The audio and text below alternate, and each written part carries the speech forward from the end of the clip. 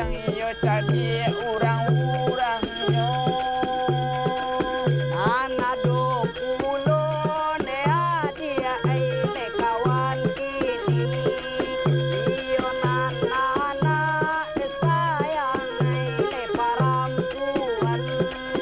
Sadang bahruan de kini ya nambale tahu. Dan sadang elo nea dia juga dipamainkan. Sawana samkim sawana bedo tinggi Nurbaya.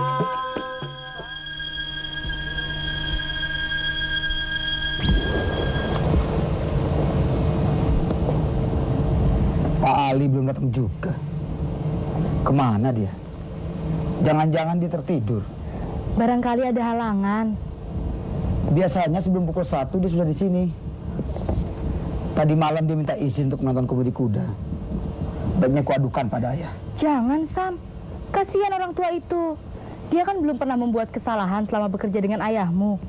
Bagaimana rasanya kalau kita setua dia masih dimarah-marahi orang?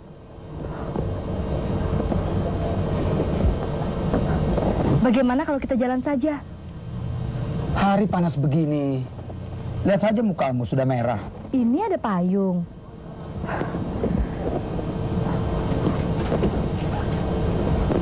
Mukaku memang sudah merah dari tadi. Kenapa? Tidak apa-apa. Kau tidak mau cerita? Ada rahasia rupanya. Baik, aku tidak akan tanya-tanya lagi.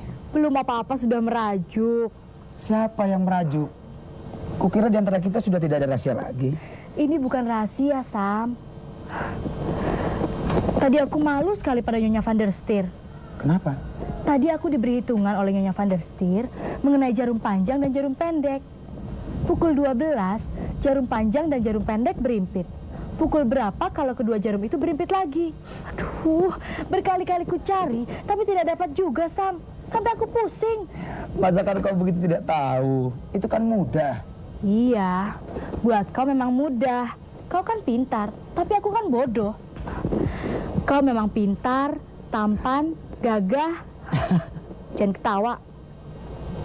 Kau makin marah, makin cantik. Jangan mengejek. Aku tahu mukaku buruk.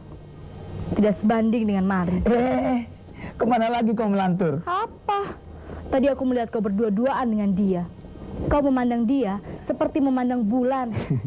Memang, dia itu cantik, pintar, kulitnya putih. Nah, sekarang kau yang merajuk. Begini. Tidak usah. Aku ingin menunjukkan bagaimana cara menyelesaikan hitunganmu itu. Coba lihat kemari. Gimana soalnya? Jarum panjang dan jarum pendek. Ya, aku ingat.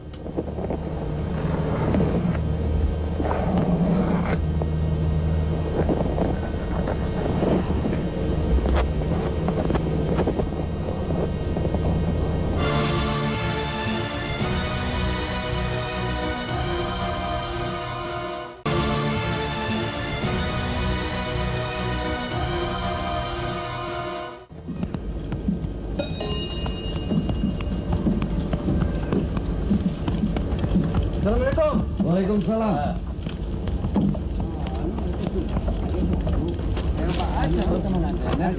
Penghulu Sultan Mahmud mah. Ini baik kepada tanpa lo kau menekan awak kan naik. Oh, awak.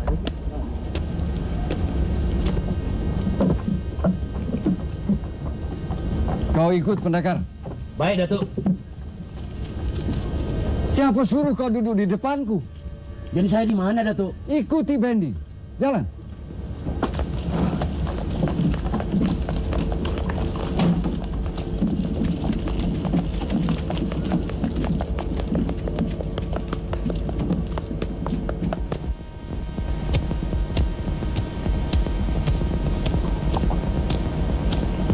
Ada yang ditunggu, Angku.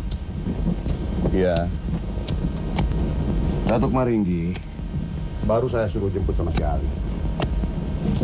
Apa dia tidak terlambat nanti menjemput Samsul? Iya, terlambat sedikit, Rangga. Nah, itu Datuk Maringgi datang.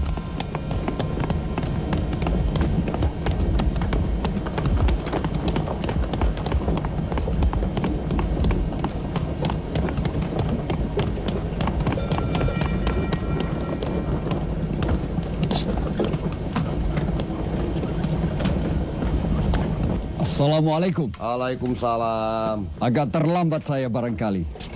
Tadi saya mengurus barang dulu di muarangku. Tidak apa-apa. Duduklah, Datuk.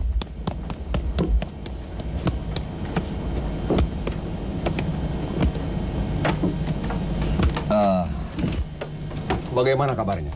Alhamdulillah, baik-baik saja. Syukurlah.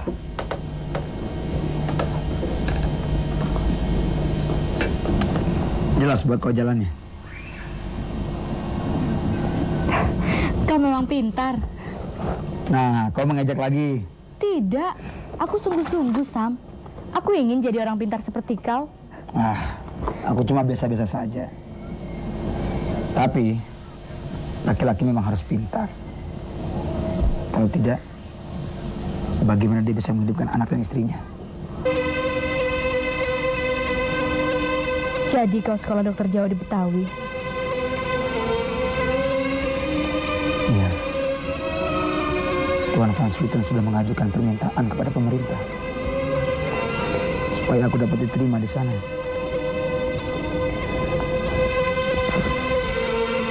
Kau tentu lama di sana.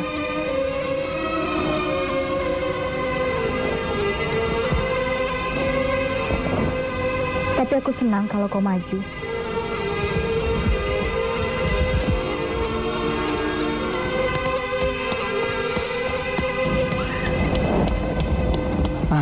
Itu Pak Ali datang.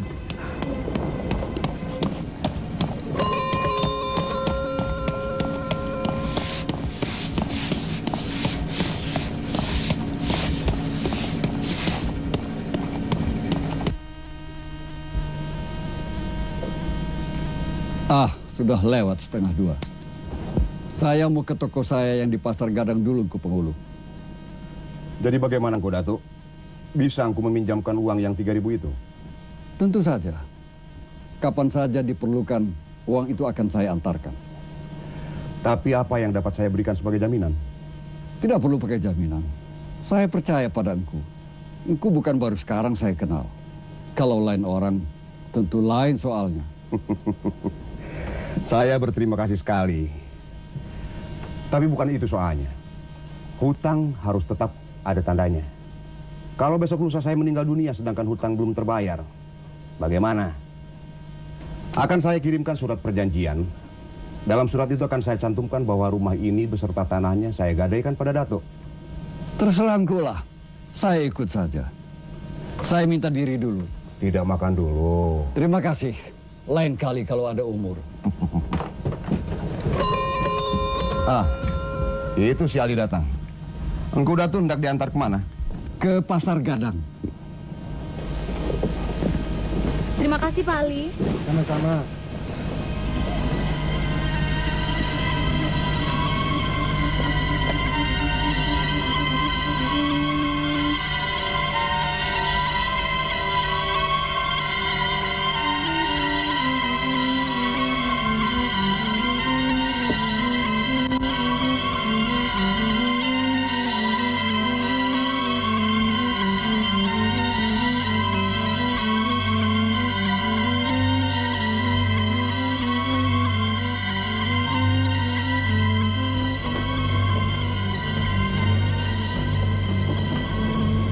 Itu anakku.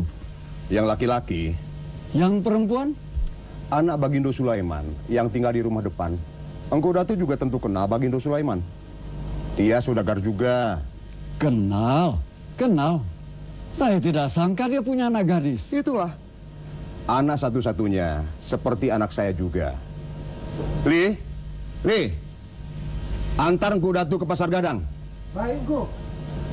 Assalamualaikum. Waalaikumsalam.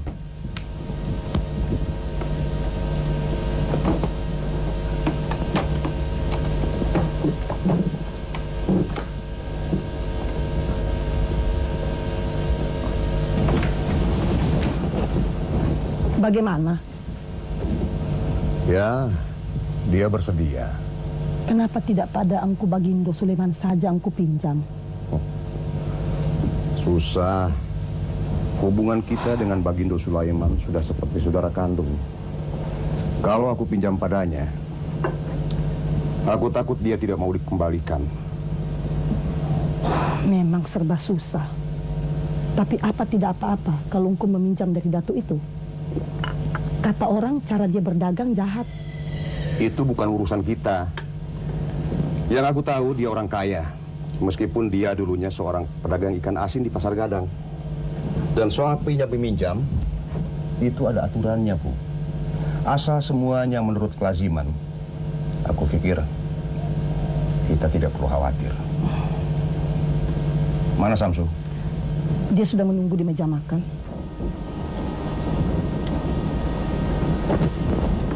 Apa itu? Ada kiriman dari sebelah.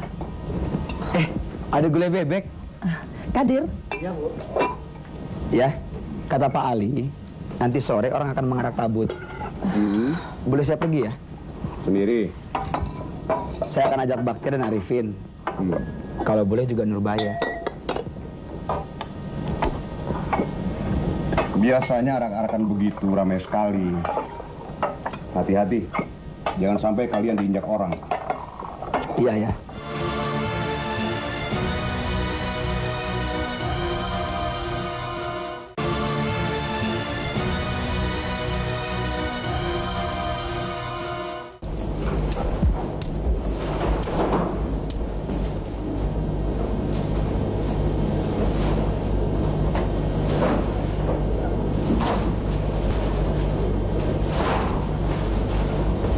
Pendekar, Ya, Angku Datuk.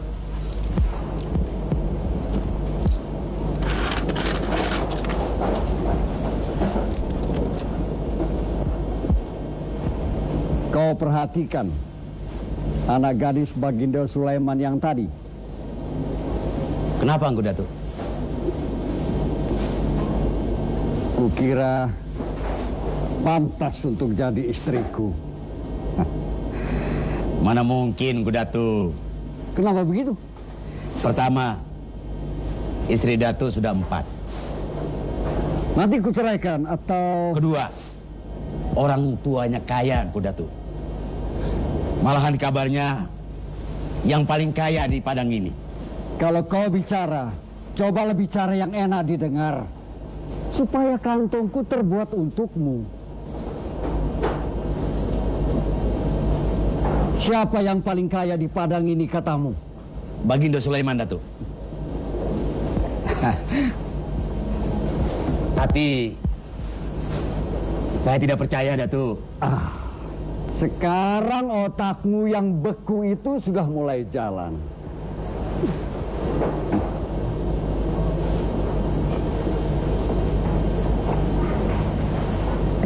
Kau sudah dengar keinginanku. Kau siap-siap melaksanakannya.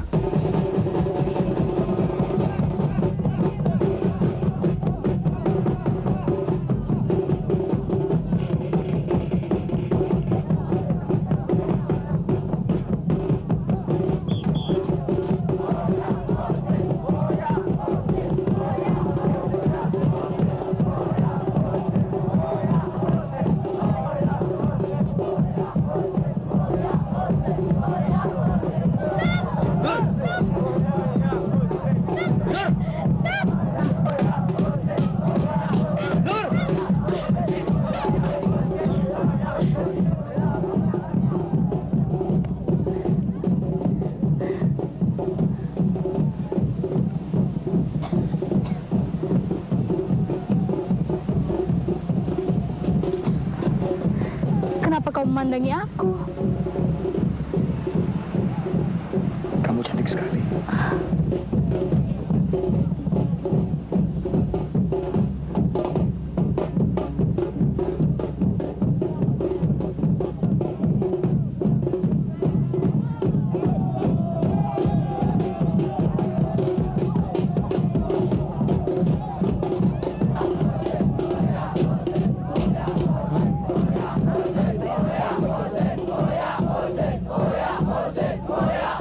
Ada orang Baintayan. Ada orang Baintayan. Ada orang Baintayan. Ada orang Baintayan. Ada orang Baintayan. Nur.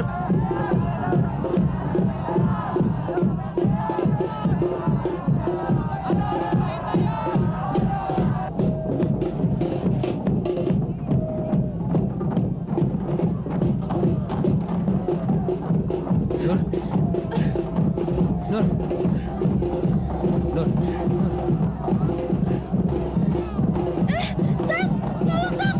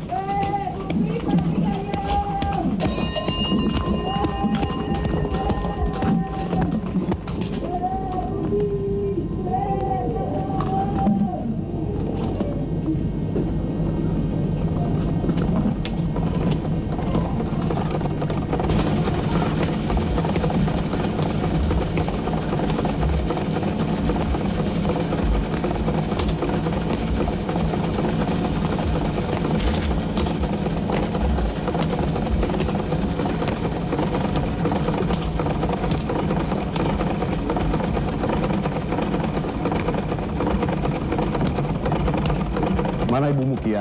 Oh, sedang sembahyang. Oh, Siapa Rukia? Mamanda Penghulu. Duduklah Sultan. iya, Kak. Apa yang kau jahit? Baju terawang. Coba aku lihat.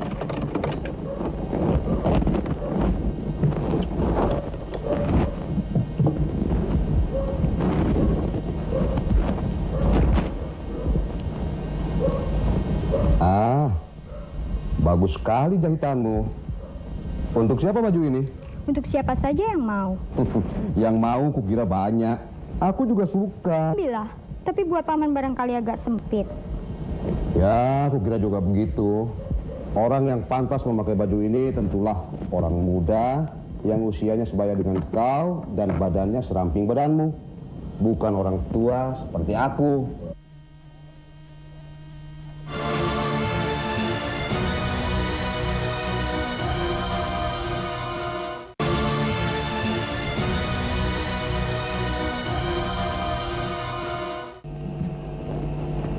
Kau Penghulu? Iya, Kak. Senang juga aku kau masih mau datang kemari. Kukira kau sudah lupa pada kami. Bukan begitu, Kak. Maklumlah kami ini pegawai pemerintah. Pekerjaan tidak kunjung habis. Saya maklum. Kia, buatkan pamanmu kopi. Masih ada kue? Tidak usah lah. Kenapa? Apa kau tidak boleh oleh istrimu makan minum di sini? Kau jangan marah kalau aku berkata begitu padamu. Kau makin lama makin jauh dari kami. Dulu tempat ini kau anggap sebagai rumahmu sendiri, karena memang disinilah kau dilahirkan. Tapi sekarang, jangankan tidur di sini menjaga kami. Datang sekali-sekali menengok kami pun kau tidak. Padahal disinilah tempat kau dilahirkan. Di sini orang tua kita berpulang ke rahmatullah.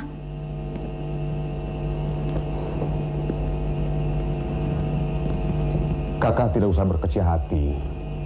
Apa yang kakak kira semuanya itu tidak benar. Saya tidak mau mendapat nama buruk karena melalaikan pekerjaan saya. Tuan kontrolir yang sekarang keras sekali. Bukan pekerjaanmu. Sejak kau menikah, yang kau pikirkan hanya anak istrimu saja, rumah tanggamu saja. Itu kan sudah sewajarnya. Kalau bukan saya yang memperhatikan mereka, siapa lagi? Betul kan seperti apa yang kusangka? Kau sudah makin jauh dari apa yang telah kita adatkan di Padang ini. Kalau istrimu sudahlah. Dia memang tinggal serumah dengan kau. Tapi anakmu, dia kan punya paman. Saudara istrimu. Dia kan kemenakannya. Dia yang seharusnya memelihara anakmu. Begitu adat kita. Atau kau sudah lupa dengan apa yang diadatkan oleh nenek moyangmu? Memang ada si marhum paman si Samsul. Hah? Tapi berapalah penghasilannya? Malu saya menyerahkan anak saya pada dia. Kalau Rukiah, kemenakanmu yang seharusnya jadi tanggung jawabmu tersia-sia, kau tidak malu. Tersia-sia bagaimana? Apa bukan tersia-sia namanya? Apa kau tahu Rukiah berbaju apa tidak? Kalau anakmu kau sekolahkan di sekolah Belanda, malah ku dengar sebentar lagi akan dikirim ke Batavia, mungkin nanti ke negeri Belanda. Kalau ada sekolah untuk jadi raja, pasti akan kau kirim pula anakmu ke sana. Karena anakmu tidak boleh jadi orang kebanyakan. Untuk itu ada uang. Untuk anakku tidak. Rukiah tidak bersekolah bukan salah saya, tapi salah kakak. Berapa kali saya meminta supaya anak itu disekolahkan, tapi kakak selalu menolak karena menurut kakak tidak baik anak perempuan tahu baca tulis. Bisa jadi jahat. Begitu kan? Menyekolahkan Samsul memang kewajiban saya. Bukan kewajibanmu. Kewajiban pamannya. Untung anakku perempuan. Jadi tak banyak tuntutannya. Tapi sekalipun anakku laki tak akan kusekolahkan. Orang sekolah tuh hina dan miskin. Yang kalau tidak punya kepandian tidak bisa cari makan. Anakku putri, bangsanya tinggi. Tidak perlu dia bekerja untuk cari makan. Biarpun dia bodoh, pasti banyak orang berbangsa dan kaya yang akan memilihnya karena darahnya. Anakmu tingkatannya cuma marah karena ibunya perempuan kebanyakan. Kalau tak pandai tentu tak laku dia.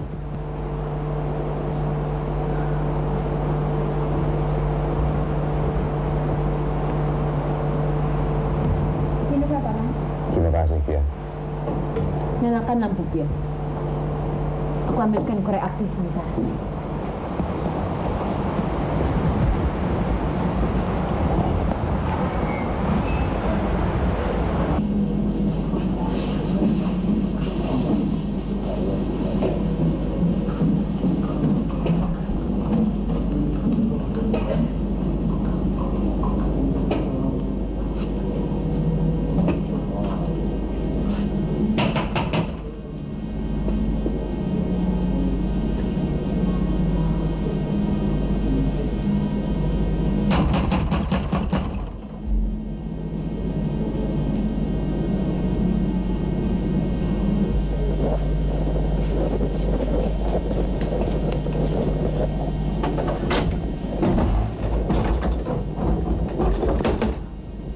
Suamimu ada? Ada. Silahkan masuk.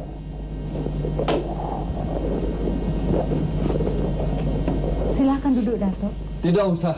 Kami hanya sebentar. Sebentar, Datuk.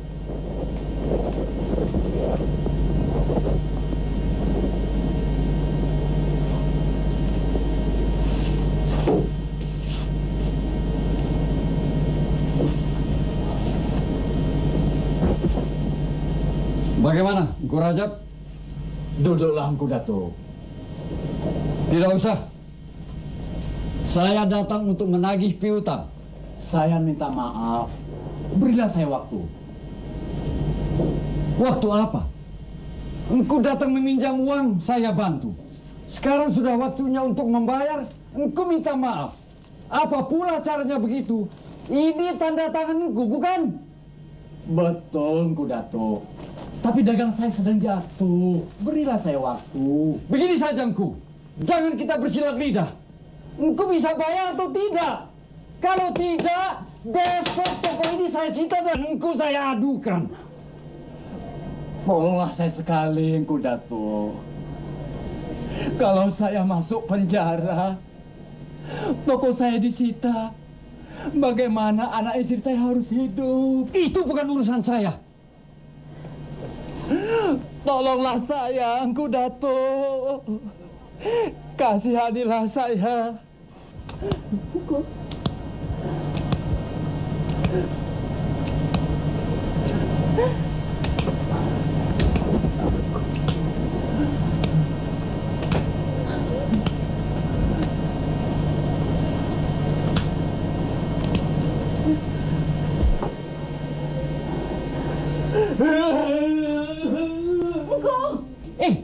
Kemana dia? Mengambil uang barangkali. Orang semacam ini, Datuk, harus ikhlasi.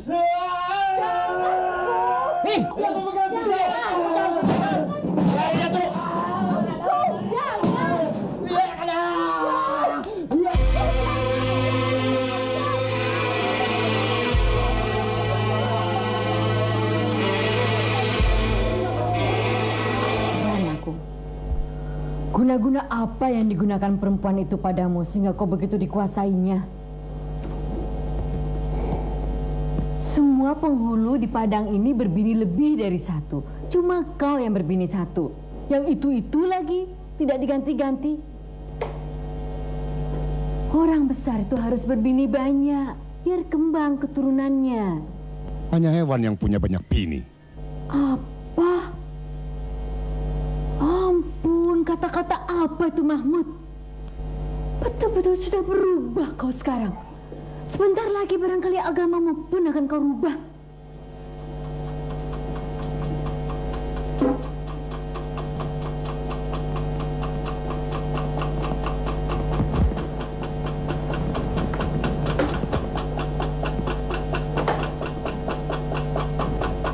Saya harus pergi. Ada orang mengamuk rupanya. Jangan sekarang kau pergi. Jangan pergi, Paman. Saya takut. Tidak ada orang laki-laki di rumah ini. Hamzah kemana? Tak tahulah aku. Ada orang. Dari mana kau? Dari Tanah Lapang.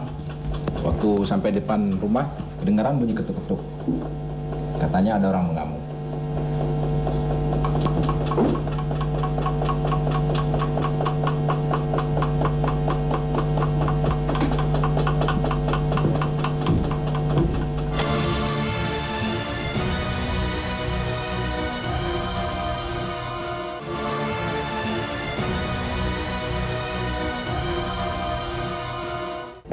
Jadi kapan kau sempat membicarakan soal kemenakanmu?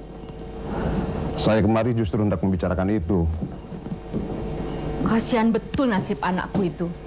Sudah tidak dipedulikan oleh pamannya, tak dapat pula dicarikan suami. Anak orang umur 12, 13, sekurang-kurangnya 14 tahun telah dinikahkan. Anakku hampir beruban, dia masih perawan juga. Punya saudara berpangkat tinggi, tak ubahnya aku bak anak dagang yang tak bersanak saudara. Tak diindahkan, tak diberi belanja. Sudahlah. Kepada siapa lagi aku mesti meminta Mahmud kalau tidak kepadamu? Tak usahlah kita bicarakan kalau kau tak punya uang. Biarlah Rukiah jadi perawan tua. Yang malu juga bukan cuma aku, kau juga. Seorang penghulu tak sanggup menyediakan kemenakannya suami. Berapa uang jemputan yang diminta? Sudah kukatakan 300.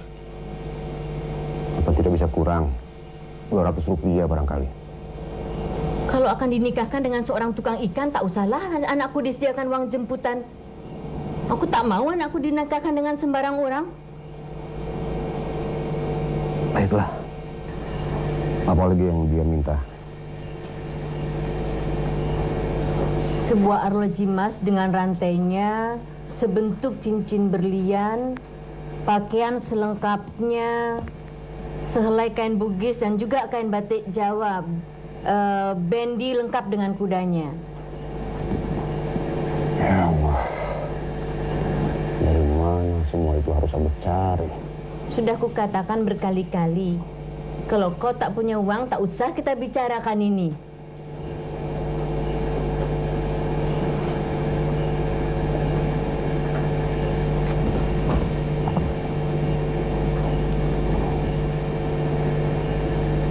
Sudah, jemput ya. Siapa namanya? Sultan Mansur. Berapa uangmu tersedia? Ada 3.000 rupiah.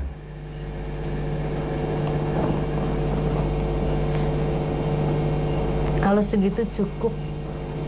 Kau tahu sendiri menyambut suami Rupiah kita perlu perabotan cukup.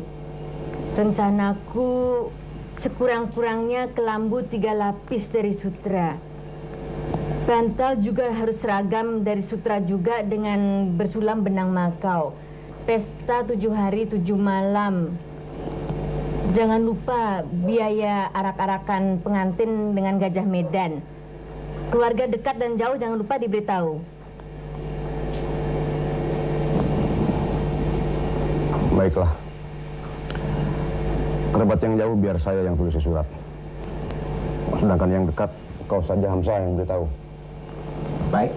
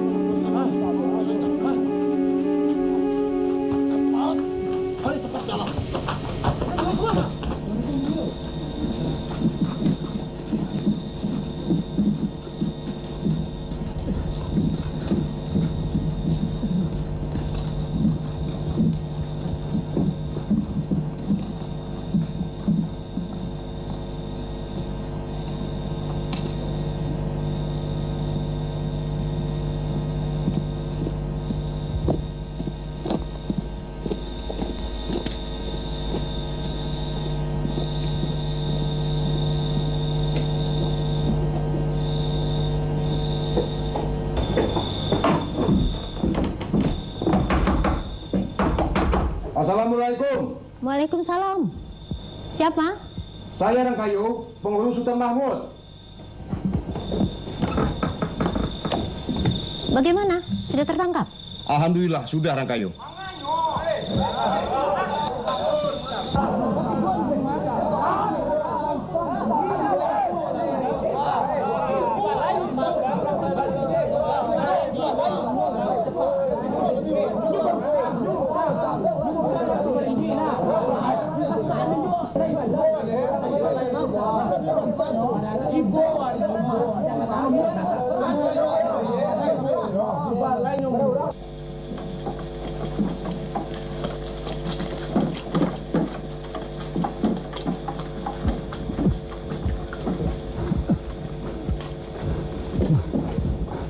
Kau betul-betul tidak ada gunanya. Hampir saja perutku robek kena belati si Rajab setan itu. Orang gelap mata seperti itu tidak bisa dilawan, Datuk. Tenaganya tenaga setan. Lagi pula, gigi saya masih terasa sakit gara-gara ditempeleng Datuk tadi. Itu kan cuma pura-pura. Supaya anak Bagindo Sulaiman itu merasa berhutang budi padaku. Tamparan Datuk itu bukan pura-pura. Geraham hampir lepas, Datuk. Masuk.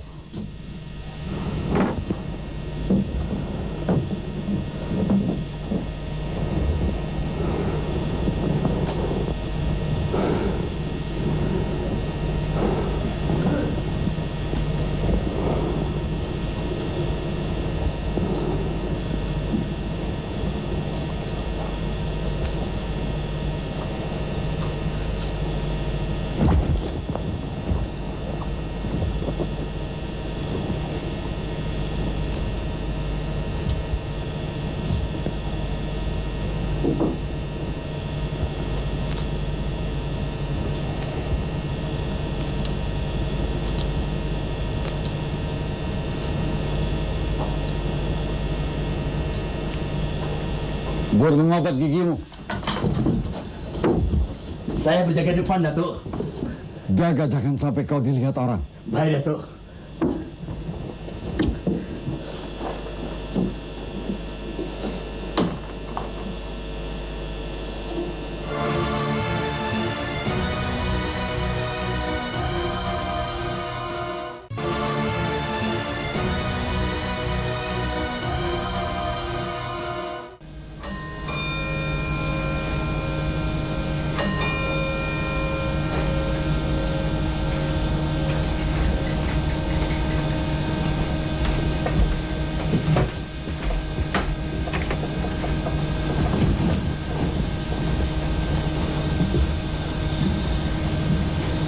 Sudah tidur? Sudah. Besok dia mau ke Gunung Padang sama kawan-kawannya.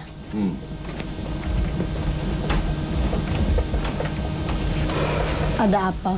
Makanya aku pulang begitu malam. Ada orang mengamuk.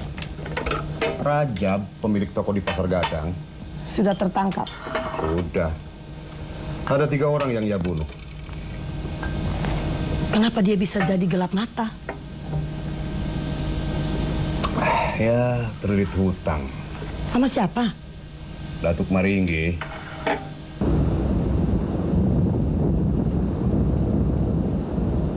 Kalau kau ingin maju, dakilah bukit ini. Nanti kau akan sampai di Betawi.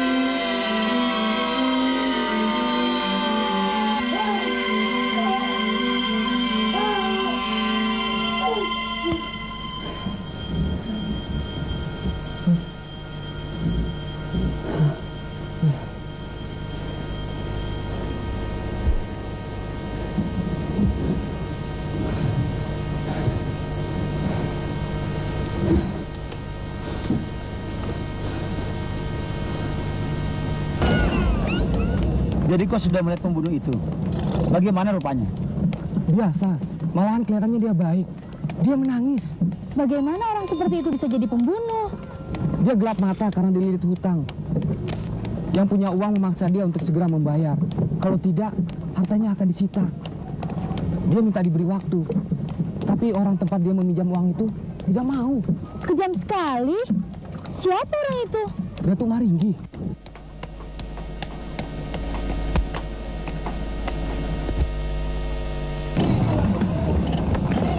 Pukul berapa Engku Muda saya jemput? Kira-kira pukul 12 lah. Baiklah.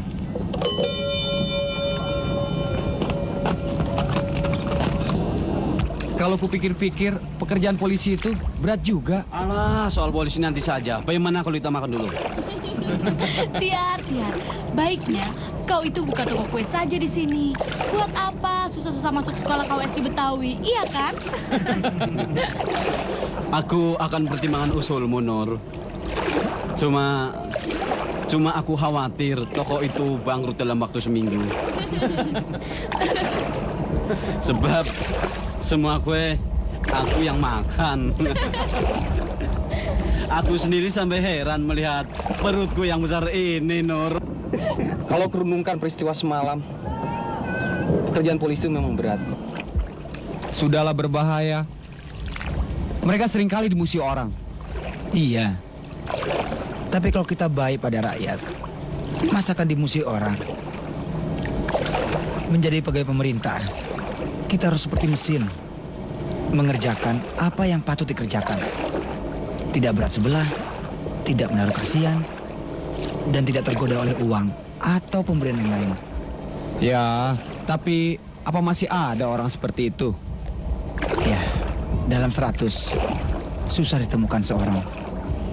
Aku heran mendengar percakapan kalian yang dibicarakan soal yang berat-berat saja.